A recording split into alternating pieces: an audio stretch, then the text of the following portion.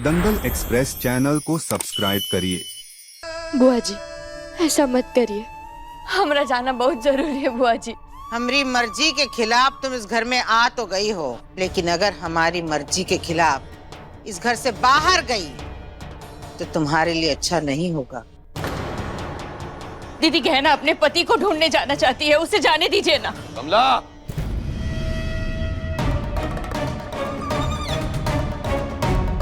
अगर तुम इस लड़की के साथ जाना चाहती हो तो तुम भी जा सकती हो।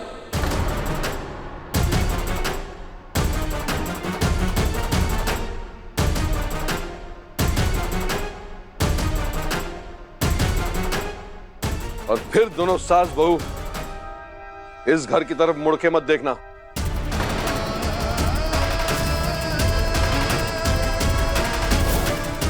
नहीं बाबूजी, माई को इस घर से जाने के लिए मत कहिए।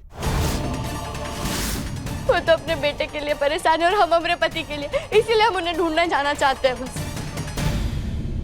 हर बार तुम्हारी मनमानी नहीं चलेगी। ये शरीफों का घर है, जब तुम्हारा मन मुंह उठाकर आ जा नहीं सकती। सही कह रहा है राघव, तुमको बहुत शौक है ना बड़े घर की बहू बनने का, तो एक बात गांठ बांध लो, बड़े घर की दहलीज बहुत ऊंची होती है, उसको पार करने वाला मुंह के बल गिरता है। तो तुमको अगर मुंह के बल नहीं गिरना है तो तुमको हमारे कायदे कानून नियम मानने पड़ेंगे। तो हमरा फैसला सुन लो, तुम्हारी वजह से हम इतने दिनों तक इस घर में बंद रहे ना, तो अब एक हफ्ते तक तुम इस घर से बाहर नहीं निकलोगी। लेकिन फिर भी तुम दोनों को बाहर जाना है तो जाओ, बेशक जाओ, लेकिन उसके बाद इस घर में लौटने की जुर्रत मत करना।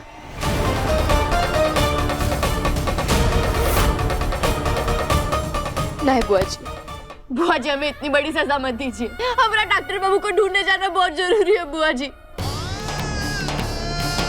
बुआ जी हमें डॉक्टर बाबू को ढूंढने जाने दीजिए। हम उनको ढूंढ कर लाएंगे ना, उसके बाद आप जो कहेंगे अब वो हम करेंगे। जितने दिन कहेंगे हम घर में रहेंगे, बस हमें एक बार जाने दीजिए ना डॉक्टर बाबू को ढूंढने के लिए। ये लड़की, एक बार मना कर दिया ना तो बार बार जिद करने की जरूरत नहीं है। बुआ जी एक बात कहें, सच पूछो तो तुम इस घर की नौकरानी बनने के लायक नहीं हो, लेकिन हमने इसको अपनी घर की बहू के रूप में स्वीकार कर लिया। इसको यहाँ रहने दिया, अब और क्या चाहती हो तुम? हाँ,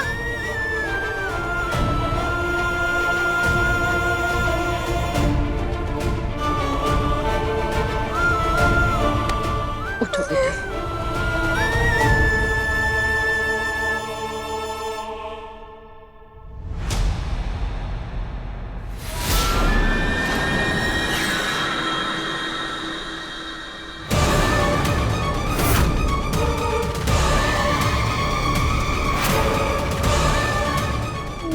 ये बाल तो क्या हुआ गहना? कमला माई, ये बाल तो भेड़िए के। ये लो, फिर से इसके सर पर भेड़िया का भूत सवार हो गया। नहीं बाबूजी, हम सच कह रहे हैं, ये भेड़िए के ही बाल। और तब हमें वो लकड़ी के तख्ते पे भी तो वो पंजे के निशान दिखे, तो फिर ये बाल का मिलना, दोनों चीजों का मिलना इत्तेफाक तो नहीं हो सकता ना बाबूजी।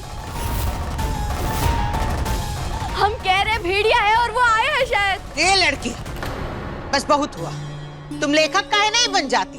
रोज नई नई कहानियां बनाती रहती हो बस।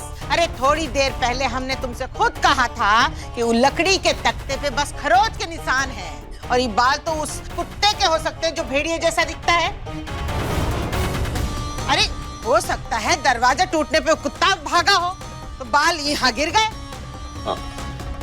ठीक है बुआ जी, अगर ये उस कुत्ते के रहे तो हम अभी जाकर उसे देखकर आते, वो वही बंधा हुआ होगा, तो उसका मतलब ये कुत्ते के नहीं है, ये भेड़िए के ही बाल। हम अभी देखकर अभी उसकी कोई जरूरत नहीं है। हाँ? मैंने आते वक्त उस कुत्ते को वहीं बंधा हुआ देखा था, वो कहीं नहीं भागा। सुना सुना आप सभी लोगों ने, हमने कहा था ना वो भेड़िए जैसे दिखने वाले कुत्ते के बाल ये नहीं है। इसका मतलब जरूर कछु गड़बड़ है बुआ जी। ऐसा कछु है जिसके बारे में हम नहीं जानते और हमें उसके बारे में पता लगाना चाहिए। तुम्हारा दिमाग ठीक है? हाँ, पागल हो गए तुम दोनों। अरे कुत्ता बंधा है, उसके बाल तो नहीं ना बंधे, और हो सकता है पहले से पड़े हो या हवा से आ गए हो। काहे बात का बतंगड़ बना रहे हो तुम भाई? पर बुआ जी बोलो मत, सुनो। अब हमको इस बारे में कौनो बहस नहीं करनी, कुछ नहीं सुनना है। जाओ सब अपना अपना काम करो। लगता है डॉक्टर बाबू आ गए।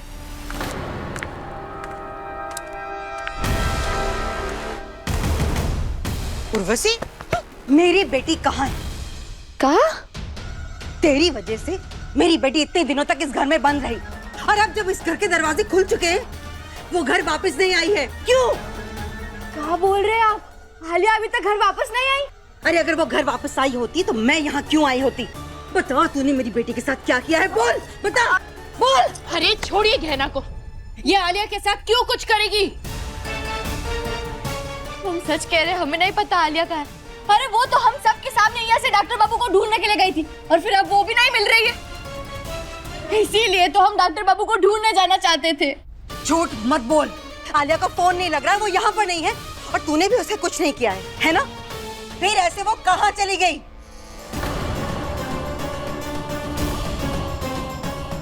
मैं समझ चुकी हूँ कि आयुष्मान सिर्फ और सिर्फ तुमसे प्यार करता है।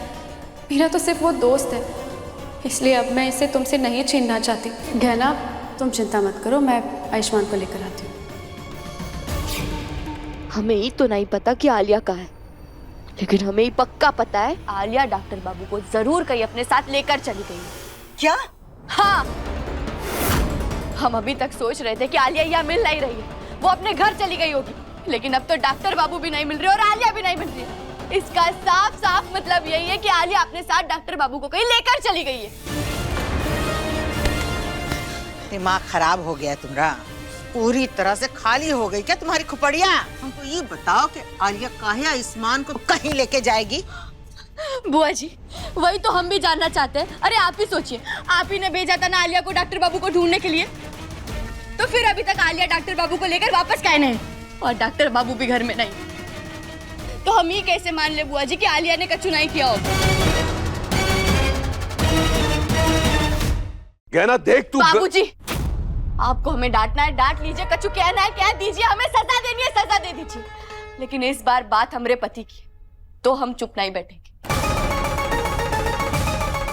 और हम ये जानते थे कि आलिया हमरे साथ नाटक कर रही है, उसने कभी भी हमरी और डॉक्टर बाबू की शादी को नहीं माना है।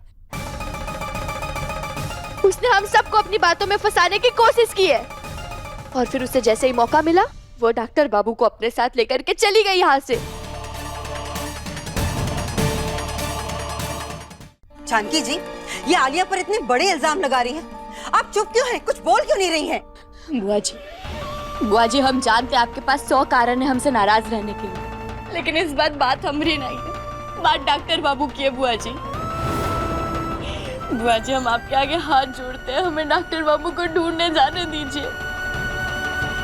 अगर आलिया ने डॉक्टर बाबू को कछु कर दिया ना, तो सिवाय हमारे पास पछतावा करने के और कछु नहीं बचेगा। बुआ जी,